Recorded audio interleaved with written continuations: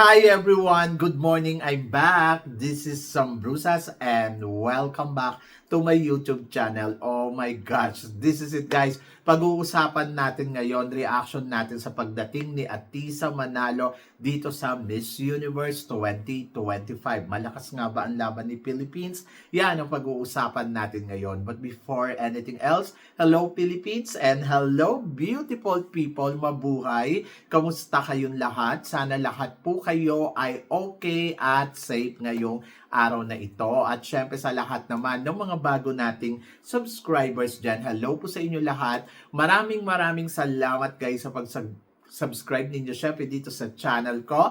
At syempre sa lahat naman ng makamamasam dyan na laging sumusuporta dito. Araw-araw, lagi-lagi, maraming salamat guys sa inyong lahat. Syempre, usapang Miss Universe tayo ngayon. So, eto na nga, grabe. Sobrang nakita na natin yung mga ilan candidates. Ang kandidata ngayon ay 124. 124 sila. Kung di ako nagkakamali 124 o 127. Nakalimutan ko yung sabi ni Nigeria. Pero sabi niya it's almost 120. So, syempre nagdatingan na talaga yung mga candidates. Halos andito na ay parang nasa 60 to 70 ang dumating today. And then bukas naman syempre inaabangan pa natin yung iba. At ayun, so kamusta naman yung mga nakita nating candidates? Ay nako guys, isa sa mga legit na beauty talaga na masasabi ko pang Miss Universe. Ang unang-una ko talagang tumatak sa utak ko Colombia. Yung nakita ko si Colombia, sobrang grabe, ang liit ng muka. Tapos, ang ganda ng energy niya, ang taas ng energy niya, at yung kumpiyansa niya sa sarili niya, wow na wow. Colombia. And then, isa din sa mga talagang pinagkaguluhan kanina, si Chile. Si Chile kasi, ang dating ni Chile ay blonde beauty na parang Barbie. Yeah. Tapos, ang taas din ng energy at yung kumpiyansa niya talagang nandoon. Tapos, isa din sa mga nakita natin na talagang, ay, eto talaga, legit na legit yung beauty niya. Nicaragua. Grabe din yung presensya ni Nicaragua. Sobrang taas din. Cote d'Ivoire. Ayan, isa din sa mga talagang mapapawaw ka. At saka, sino pa ba? Si Egypt. Maganda din si Egypt. At eto, Costa Rica. Sobrang ganda din ni Costa Rica. Legit talaga yung ganda. Legit yung pagiging smarte.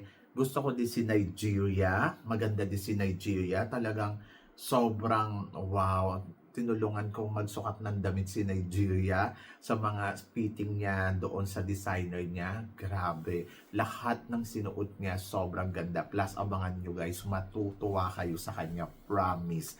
Dahil meron siyang pasabog na gugustuhin ninyong lahat. Pero syempre hindi ko muna pwedeng sabihin sa inyo kasi nga tawag dito secret pa. Gusto ko makita ninyo siya ng bonggang-bongga. Parang feeling ko mamahalin nyo siya kapag nakita nyo siya doon sa eksena niyang yon. Ganon, Nigeria. Tapos, syempre, kamustahin naman natin yung pagdating ni Atisa.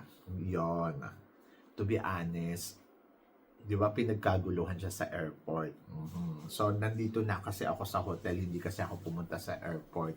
Sabi ng mga staff ni Mr. Nawat, Atisa is in the airport already. Parang nandoon na siya, kaya lang kasi ang daming tao na sumalubong sa kanya talaga.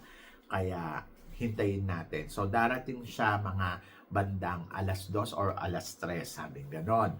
Pagkatapos, si Vina naman, ang sinasabi nila, darating ng 3:49.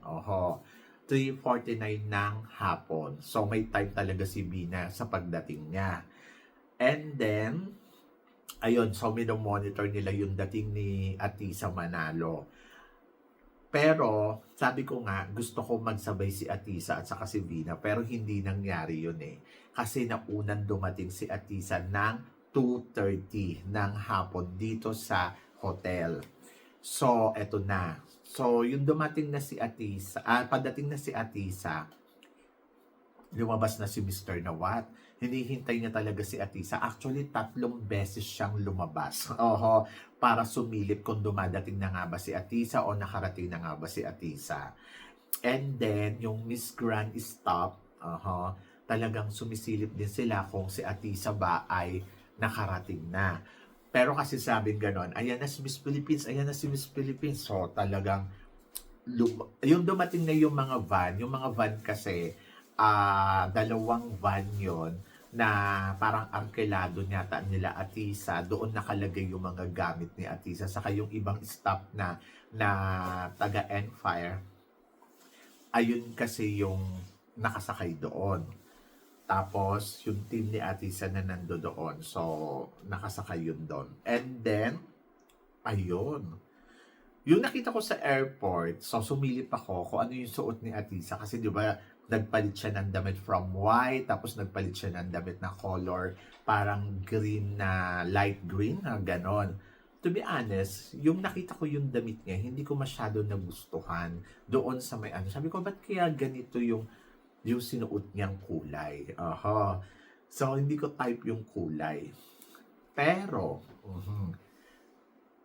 so, sabi ko, nako, mukhang mahihirapan yata si Atisa. Pag dumating, mukhang makakain siya ni Bina. Ako magkakasabay sila.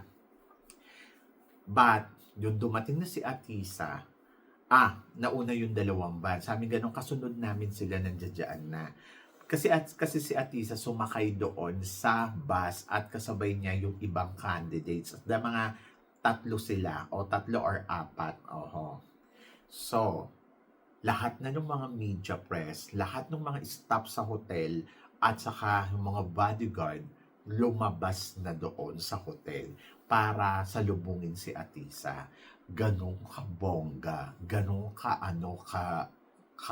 kagaling yung dating ni Atisa. And then, so dumating na si Bas. Yung dumating si Bas, nilihis nila yung para doon pumasok si Atisa sa kabilang pinto, hindi doon sa main door. So, hinarangan na yun ng mga bodyguard. Ng mga guard doon sa hotel. And then, ayun. So, sinalubong nila si Atisa sa pagdating ni Atisa kasi talaga sobrang lakas talaga. Philippines is coming. Miss Philippines is coming.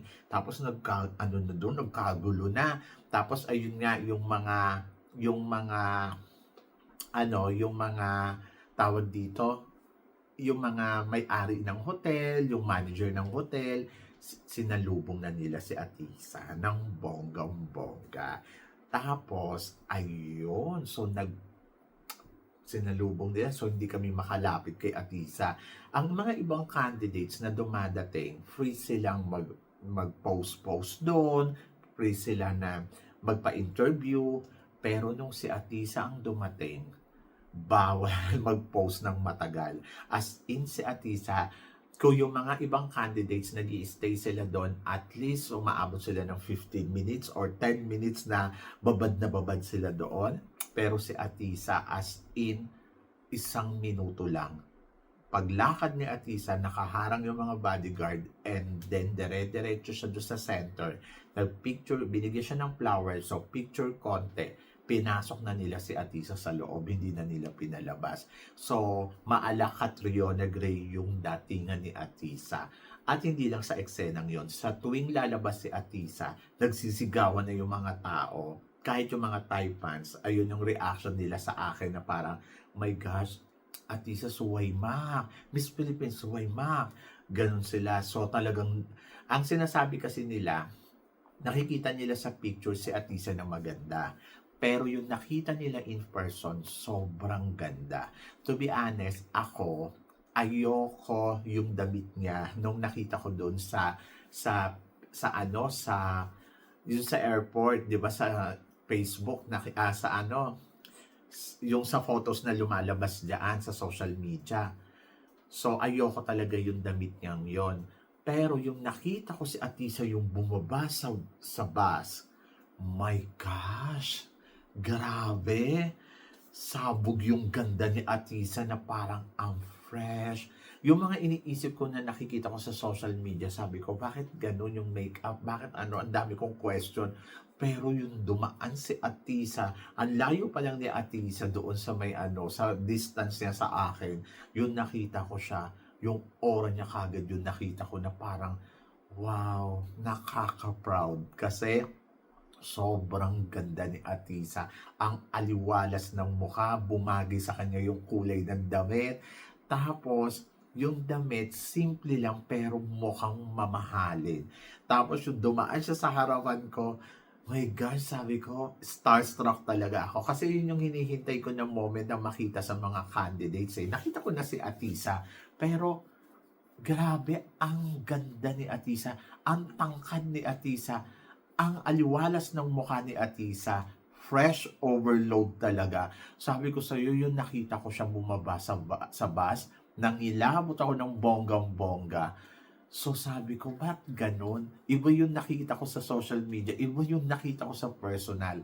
At ayun, so grabe, ang lakas ni Atisa. Tapos pagpasok niya, so, diretso na kagad siya doon sa may kung saan sila nagre-register. So, bawal na doon kasi. So, yung mga tao, hinabol pa siya doon hanggang doon. Tapos, wala na. So, nakapasok na siya, hindi na siya lumabas. Ang tagal lumabas. Tapos, yon. So, nakatambay ako doon sa may tapat nung kung saan siya nagre-register. Ayun. So, dumating yung director ng Miss Grand. Tapos, pumasok doon sa loob, tinignan siguro si Atisa. Tapos, ayun, si Mr. Nawat, saka yung mga staff, as in talagang pumasok sila doon. Tapos, ang sabi nila sa akin, sobrang ano daw ni Atisa na ganda daw talaga. Tapos, hinatid nila si Atisa doon sa taas kasi mayroong pang photoshoot nga doon na gagawin. Tapos, with bodyguard. Tapos nilabas uli nila si basta pag lumalabas si Atisa, kailangan ng assistant ng mga bodyguard. Kasi nga, pinagkakaguluhan na si Atisa. Tapos ang nakakaloka, yung iba, dead ba lang sila, wala talagang harang-harang, walang bodyguard. Kay Atisa talaga meron. Tapos, yung sa gabi, lumabas uli si Atisa, so nandoon parang nag-ano na yata siya, nag-fitting or nag-photoshoot kasabay si Vina yata. So, yon. So, ayon. Ano naman sila doon? Yung lalabas na si Atisa, babalik na sa room niya, hindi talaga siya pinapalabas ng walang assistant na bodyguard. Kailangan hihahatid siya ng bodyguard at nakaharang kasi na pinagkakaguluhan. So, ganun kalakas yung impact ni Atisa dito sa competition na to. At, ayun na nga. So, isa siya sa mga matuturing kong malakas na kandidata. At, waiting tayo kung ano ang ipapakita ni Atisa sa mga susunod na araw. So, kung akong tatanungin mo, yung impact na binigay na vibes noon ni Atisa, ni Catriona Gray noong 2018, ganun din ang ibinigay ni Atisa ngayong 2025. So, panalo. So, yan. At, ayun. So, sa mga ano ko ngayon, tansya ko ngayon, talagang kaya ni Atisa makarating sa dulo ng kompetisyon.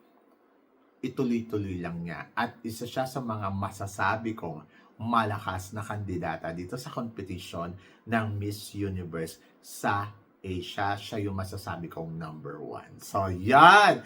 So, kayo guys, ano guys ang masasabi ninyo dito sa mga pinag-uusapan natin ngayon? So, please comment below para at least malaman ko naman kung ano naman ang reaction mo doon sa pagdating ni Maria Atisa Manalo. So, please comment below. So, yon. So, syempre maraming salamat sa inyong lahat sa suporta at pagmamahal na binibigay ninyo syempre dito sa channel ko. At sa mga hindi pa nakaka-subscribe, please don't forget to click like and subscribe my channel at i-click nyo na rin po ang notification bell to more updated syempre sa aking mga chika. Sabi ng ganon, always keep smiling and laban lang. So guys, hanggang dito na lang.